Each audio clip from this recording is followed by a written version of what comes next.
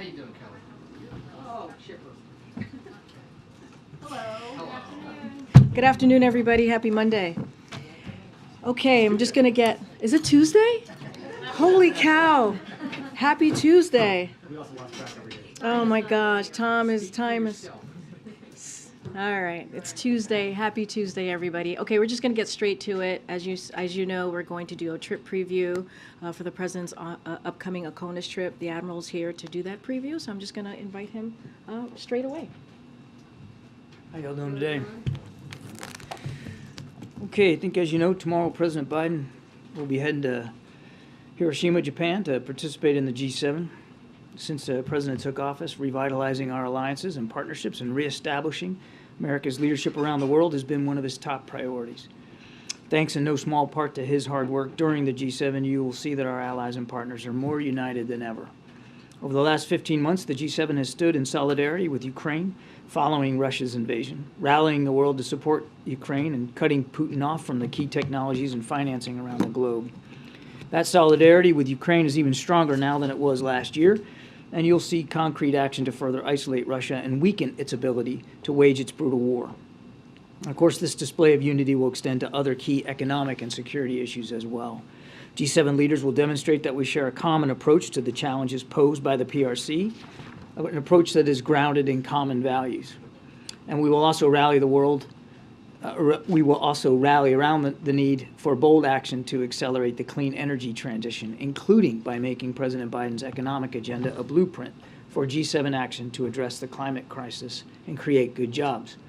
Finally, we will present an affirmative agenda to take further action to support developing countries around the world. That means we're going to showcase how we are scaling President Biden and the G7's flagship infrastructure initiative, the Partnership for Global Infrastructure and Investment, otherwise called PGII, which has attracted major investors to better respond to the global demand for high-quality infrastructure financing.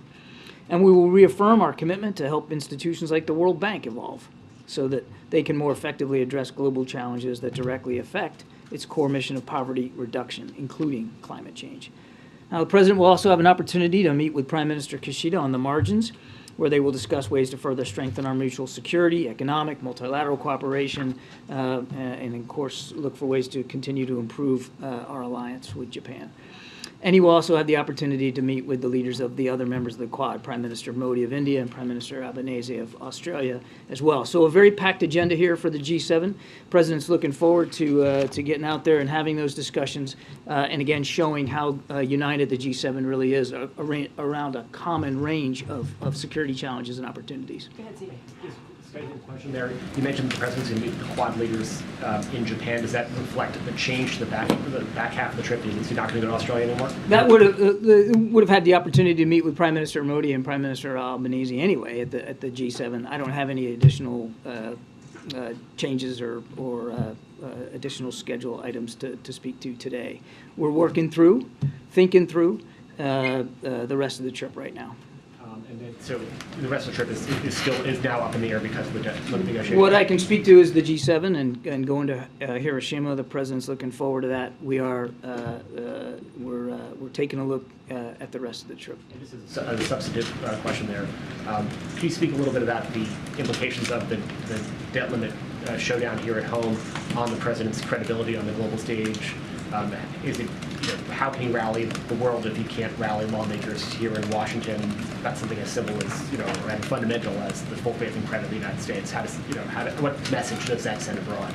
These leaders, all leaders of democracies, they understand and they respect American leadership on the world stage. And they know that our ability to pay our debts is a key part of U.S. credibility and leadership around the world.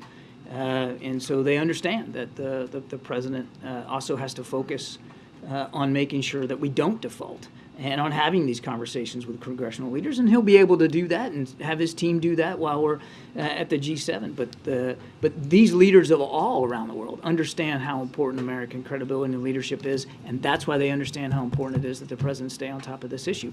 We wouldn't even be having this discussion about the effect of the debt ceiling debate on the trip if Congress would do its job raise the debt ceiling the way they've always done. Admiral, typically when you do a trip preview, you talk about all the planned stops, and there were other stops, Papua New Guinea and Australia, That's right. that have been announced. You did not do that. Is the president calling Prime Minister Albanese? Is he doing something that would perhaps lead to a change in the itinerary? Should we anticipate that? It's difficult for me to tell you exactly what to anticipate at this point, Kelly. As I said, we're reevaluating the rest of the trip right now. I can speak to Hiroshima. I can speak to the G7. We're evaluating the rest of the trip. And as you might expect, should there be changes made or need to be made to the rest of the trip, we will absolutely make proper notification. And there were some calls from Republicans in both the House and the Senate for the president to adjust his foreign travel due to the debt ceiling issue. And should we assume that that is the reasoning for this reevaluation? No, you should assume that, first of all, we're going to the G7 and we're looking forward to that. It's an important forum for a lot of important issues that I just detailed. And given where we are right now, it's also incredibly prudent and responsible for the president to take a look at the rest of the trip and evaluate whether it makes sense going forward. Again, when we have something to speak to, we certainly will. But the President of the United States can do both things. He can travel overseas and manage our foreign policy and our defense policy and look after our national security commitments in an important region like the Indo-Pacific, and also work with congressional leaders to do the right thing, raise the debt ceiling, avoid default, so that the United States' credibility here at home and overseas is preserved. Well, yeah, I mean, thank you. In essence, you're sort of teasing us here over what could transpire in the next 2 hours. If this meeting doesn't go well, he's not going to Australia, is what it seems to me that you're saying. I'm not teasing anything, Ed. I'm just trying to tell you what's going on. And what's going on right now is we're hopping on Air Force One tomorrow, and we're heading to Japan, and we're going to have a good meeting at the G7, and we're going to evaluate the rest of the trip, and we'll see what happens. We'll see where things go. Well, what would cause you to not go to Australia then?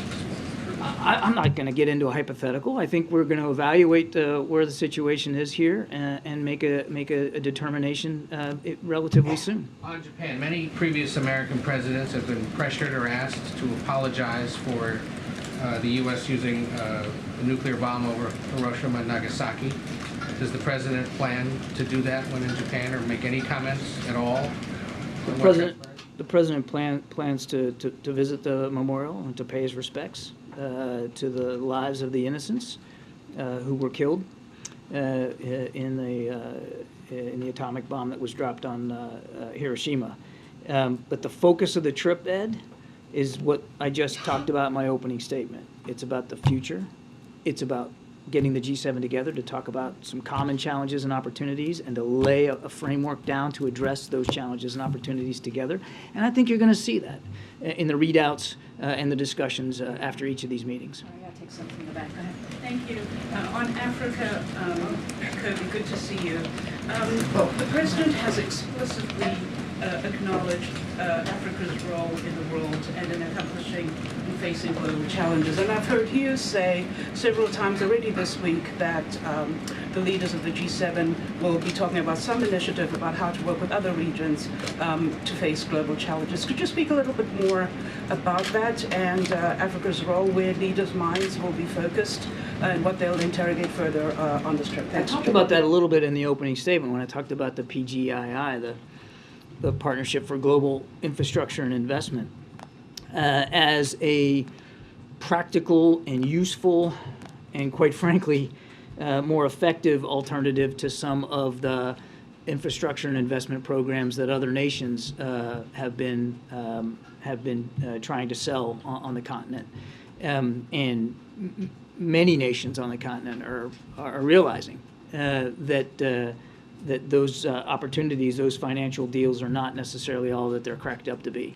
And the PGII represents an alternative. And we've already seen, since the president spearheaded this at the last G7, we've already seen millions and millions and millions of dollars of investment through PGII into some of these lower and middle income countries on the continent and beyond. And so we're looking forward to advancing that here at the G7. Go ahead, Nadia.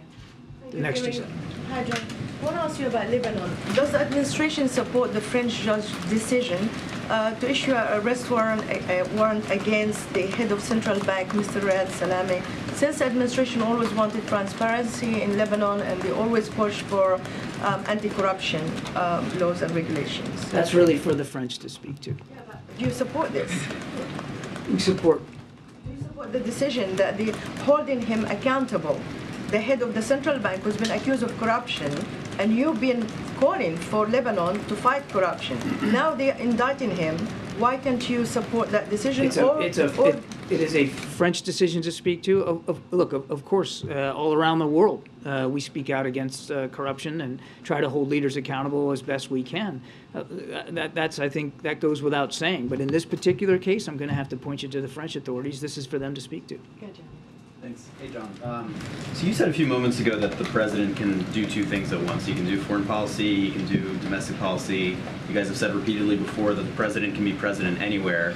So why then would he cancel part of this trip? I didn't say he was canceling part of his trip. No, but you said you're reevaluating. I said we're reevaluating, but we've made, there's not been a cancellation as yet, but that could happen. We'll see where it goes. I think, to get to, the gist of your question is, the president often has to make tough decisions about how and where he's going to spend his time. And as I think we've also made clear, Karine has made clear a gazillion times up here, how seriously the president takes this priority about defaulting on the national debt and what that says about the United States, not just here at home, but around the world, and how that can affect our own international reputation. Because there's countries like Russia and China that would love nothing more than for us to default. So they can point the finger and say, you see, the United States is not a stable, reliable partner. So that is a high priority, as it should be for the president. So look, we're going to reevaluate here the rest of the week after the G7, and we'll see where it goes. But if the trip gets truncated or changed or modified in any way, it should be nothing more than a statement of the president putting his priorities where he believes they need to be. And again, I want to say, we wouldn't have to have this conversation. I wouldn't have to answer these questions if Congress just did the right thing. Well, and to that point, though, you guys have been building up this trip, the Papua New Guinea, the historical significance of that, the Quad, and the extent to which it shows the importance of U.S. leadership in the Indo-Pacific at a moment of tensions with China. So if you were to cancel that portion of the trip, what message would that send to the region and about the United States' commitment to leadership in the Indo-Pacific? I think I answered that question before. Again, I don't want to get ahead of where we are, but modifying an overseas trip to deal with this particular issue, an issue which is central to our international standing around the world, that's the message, that we understand how important it is that the United States not only say we are, but prove we are a reliable, stable, strong partner for our allies and partners around the world. And that stems from, and the president understands this, it stems from the reliability of our ability to pay our debts. Go ahead, Raquel. Thank you so much, Karine. Hi, John. Hey, Karen. So what's going to be President Biden's message to the G7 leaders who are worried about the possibility of unprecedented default in the United States? And also another topic discussed here in DC today, do you anticipate they will discuss artificial intelligence and also the chat GPT during the meetings there, and how can the U.S. work with other countries on this matter?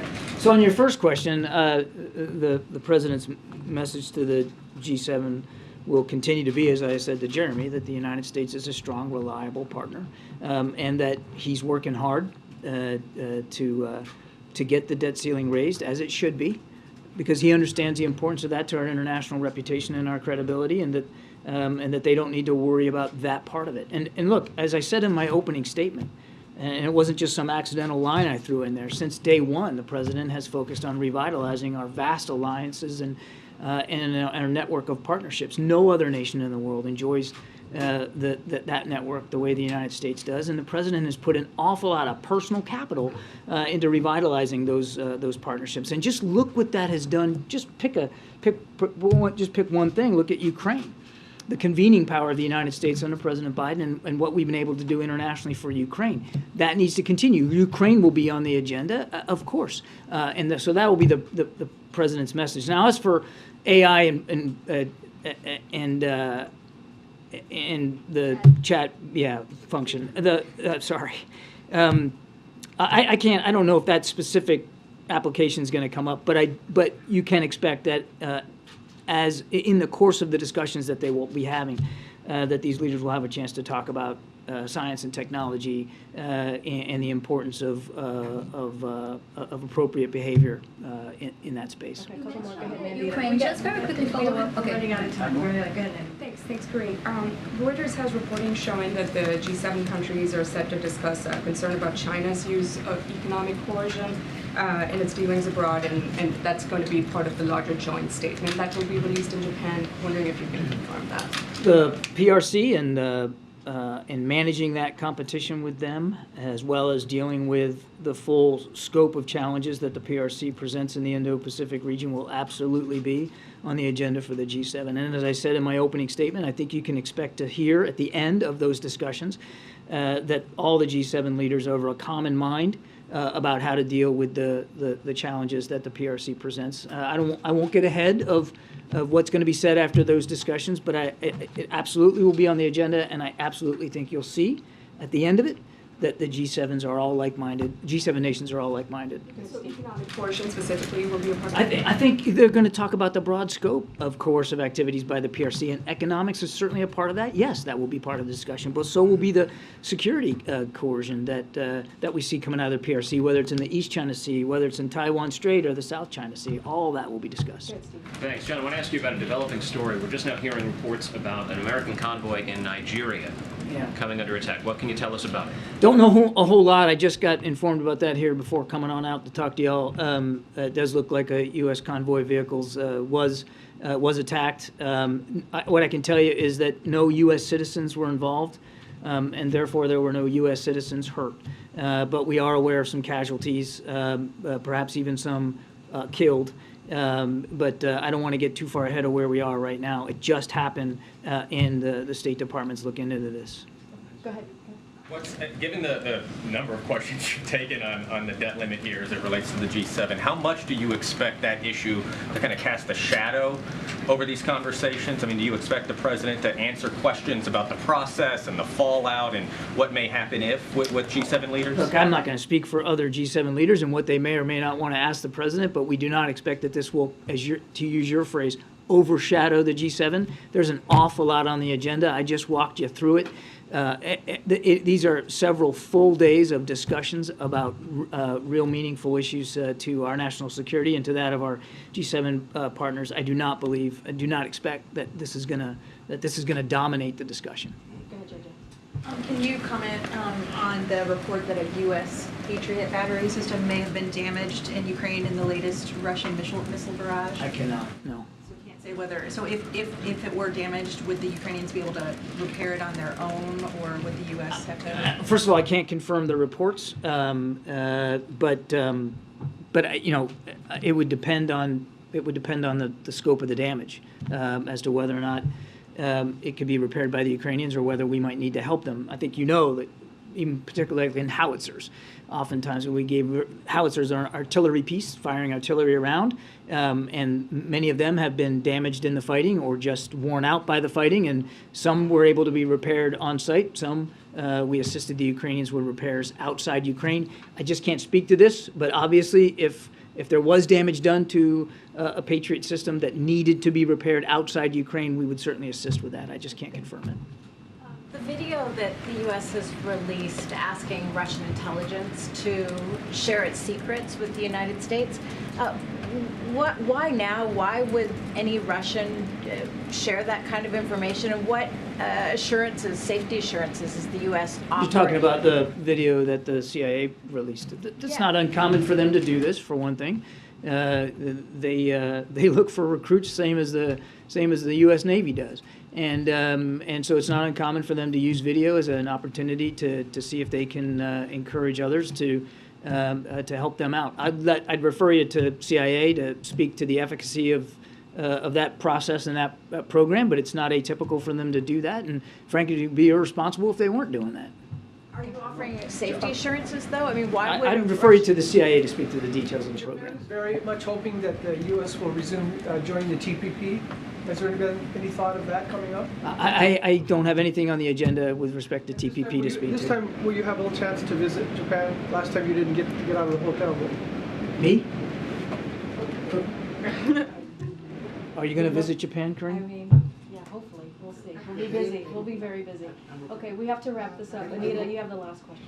Thank you so much, John. First of all, we just heard South African President Cyril Ramaphosa say that both President Zelensky and Putin have agreed to 6-party talks with African leaders aimed at hammering out a peace deal.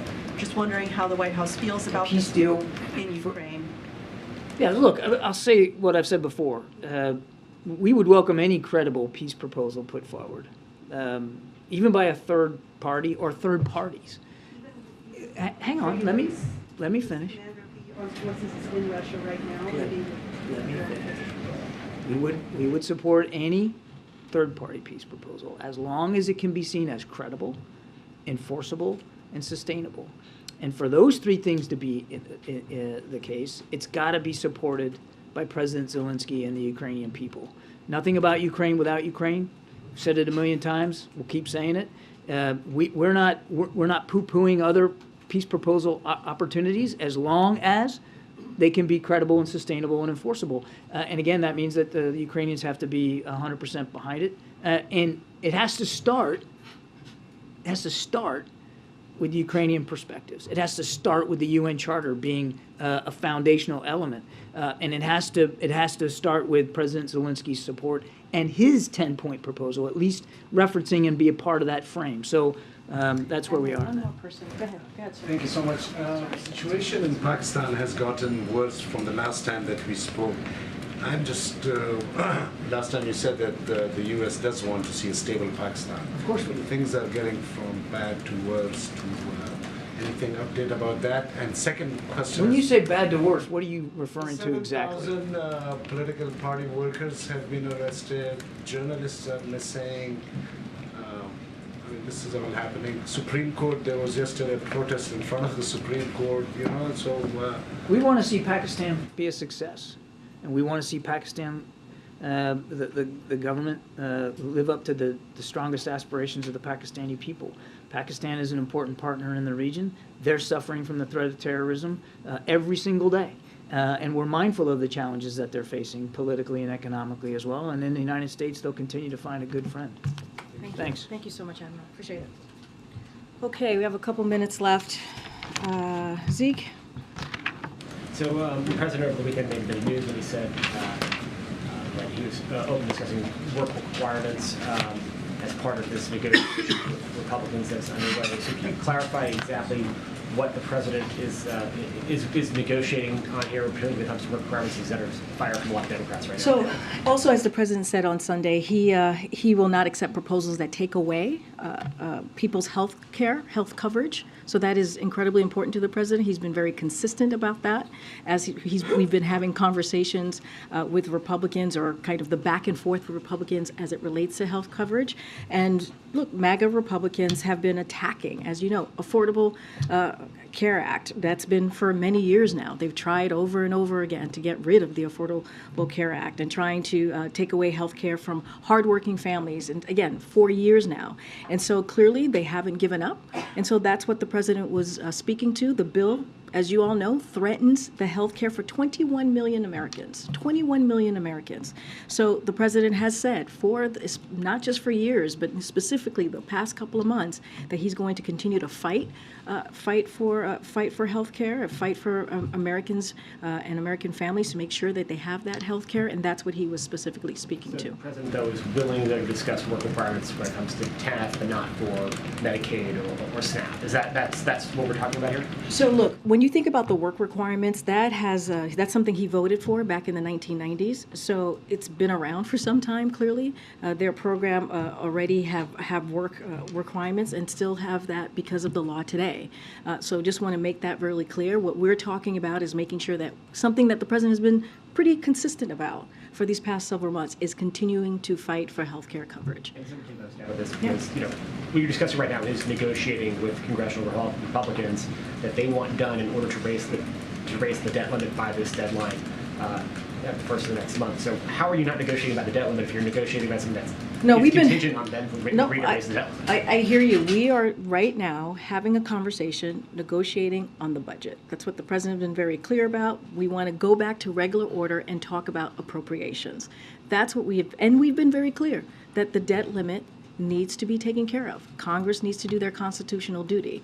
And if you think about it, Republicans, MAGA Republicans, have laid out how they see the vision for the American people when it speaks to the budget, right? And so we've been very clear about that 22% cut that they want to do to healthcare. Just talked about the 21 million Americans, right? The cut that they want to do to veterans. All of those things are conversations that his team and the teams of the four congressional leaders, they've been having for the past couple of days on the budget, on how we move forward with the budget. Yeah. Thanks, Karine. Vice President Harris was not in the room last week when the president met with McCarthy and congressional leaders, but she will be there today.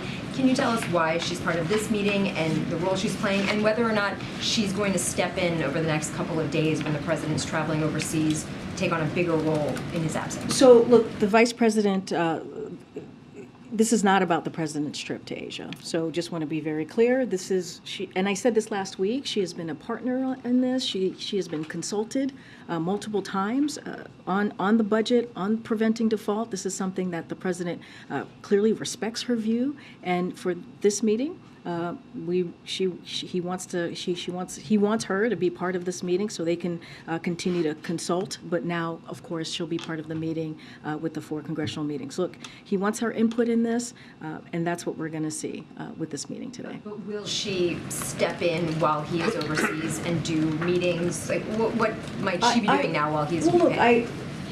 The vice president is a close advisor. She's a partner to the president. That has been consistent the last 2 years. That's what you're going to continue to see.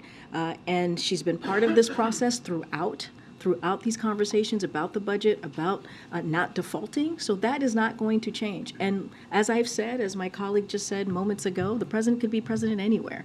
He can do the work of the American people abroad, and certainly he does it every day here when we're in the White House. So that's not going to change. As we know, every president has said this before this president, he can be a president everywhere. Go ahead, Joey. Yeah, thank you. What is the White House's response to concerns already expressed from progressive Democrats that President Biden is giving too many concessions and debt ceiling talks with Republicans? Zeke noted the consideration of expanded work requirements for some federal aid, the future spending on future spending caps on discretionary funds that has been discussed, as well as permit reform. All this we're hearing is coming out of these debt ceiling talks. So I'm going to be very careful. I'm not going to negotiate from the podium. As you know, there's going to be a meeting very, very shortly that the president's going to have with the 4 leaders, and also the president's team has been, and the congressional members, their team have been meeting for the past several days.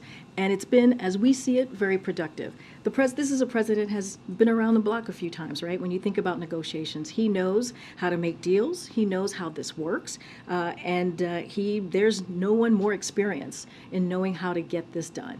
And if you look at the record of this president, if you think about the Inflation Reduction Act of the last 2 years, you think about the gun safety legislation, you think about the PACT Act, you think about the bipartisan infrastructure legislation that's clearly now law. Those are things that shows that the president understands how to get through these negotiations, how to bring people to the table, and that's what you're going to continue to see from this president next, at least today. We'll see what happens. Okay. Thanks, Karine. I just wanted to ask what you guys felt about some of the timing that has been discussed, with Republicans saying they need that a deal would need to be completed by this weekend. Obviously, the president knows Congress well. Do you agree with that timing? Do you feel there's more time? I mean, look, we've been very clear. This is, when it comes to the debt limit, that's something that should have been done a while ago. We've been very clear about that. The fact that Republicans in Congress, MAGA Republicans, are threatening default, holding our economy hostage, that shouldn't be. That is not regular order. That is not what is supposed to be happening. We've done it 78 times since 1960. And so this should have been done some time ago. And so if they are so concerned about the timeline, then they should get to work and do their constitutional duty. Do you feel like there is a chance, or how much of a chance is there that you guys could reach an agreement by the weekend?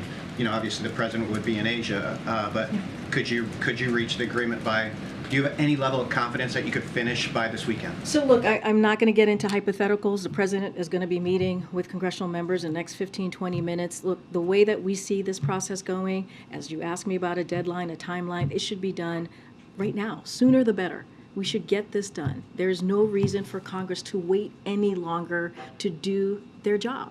There's no reason to be waiting. And just a couple more. We heard from economists, the urgency from economists, business leaders, including small business leaders across the country, and more CEOs. We've heard from them saying how catastrophic this could be if Republicans get their way. So Congress needs to prevent default, and they need to do it before the X date. And that is critical, and that is key, and that is important to do. Go ahead, Jeremy. Thanks, Karine. Last week when the president met with the congressional leaders, most folks emerged from that meeting saying this was essentially both sides restating their positions, not much progress was made. Can you set expectations for today? How much progress do you expect to be made? Do you think that there will be more progress than there was last week? So I'm not going to get ahead of this meeting, certainly not going to get ahead of what's going to come out of it. I will say this. When you think about the 4 leaders, what they came out and said, 3 of the 4 said that we needed to avoid default. So 3 of the 4 were with the president about avoiding default. And so that's also very important, and that's also really key. And that's what the president has been stating over and over and over again. And so we'll see what happens. The meeting's is gonna kind of happen in the next 20 minutes or so, right after this briefing is done, I presume. And we'll let the leaders talk amongst themselves, and the president's going to make it very clear that they need to do their job and do their constitutional duty. And then following up on something Zeke was asking about, you've said that the White House isn't negotiating over raising the debt ceiling, but the president and his team have been actively negotiating with Republican congressional leaders over spending. They're rushing to get a deal before June 1. How is that not negotiating over default? The way that we see these conversations, and we continue to be clear, default is not negotiable. It should be done without conditions. That has not changed with us. We are having conversations about the budget. We are having conversations about appropriation, which is regular order, which is what is supposed to be happening year after year. This is the conversations that have occurred. That wouldn't be happening till September, Look, right? look, so what is the time pressure on doing negotiations now over spending? Look, there are many examples of simultaneous conversations on spending and preventing default. That is nothing new. What we're saying is that they should not connect the two, that they should get the job done, and that we're going to have the conversation about budget, and we're going to continue to say, hold the line here and be really, really firm, and say that negotiating on default is not an option. And so that's what the president has said. You've heard from him directly over the last couple of days, as many of your colleagues have had the opportunity to ask him that very question. You're hearing from the president of the United States, who has said that this is not about the debt limit. There's no negotiating around the debt limit. They should do their constitutional duty and move forward. Yep. Go ahead. Thank you, Karine. The White House keeps saying that Republicans are manufacturing a crisis by refusing to do a clean bill to raise the debt limit. Right now, the nation's debt exceeds 100% of its GDP. This has happened twice in U.S. history, once during World War II and once now over the last couple of years. How is it not a crisis when the country literally owes more than it's worth? You should ask the Speaker this question. This is his job. This is his constitutional duty to move forward and get the debt limit done. That is a question for him. They are the legislative, it is a co-equal branch, as you know. They are the legislative body, and this is what they're supposed to do. That is a question, seriously, that is a question for the Speaker and the MAGA Republicans who are literally holding our economy hostage. I have to move on. I promise to take one more. The debt is a crisis. I'll take You'd accept one more. the debt is a crisis. Thank you, Karine. What is the White House reaction to Special Counsel Durham's report on how the FBI handled the Trump-Russia probe? I would leave it to the Department of Justice to speak to. The president talks often about how he wants the DOJ and FBI to remain independent and above the fray. That report seems to reflect the opposite. Does he agree with Special Counsel Durham that there needs to be wholesale changes at the FBI? Again, that is with the Department of Justice. That's not something that I'm going to speak from the podium. As you just stated in your question, we believe in an independent Department of Justice. That's what the president said when he was running, and that's what the president has said the last 2 years. Thank you so much. I'll see you guys in Japan.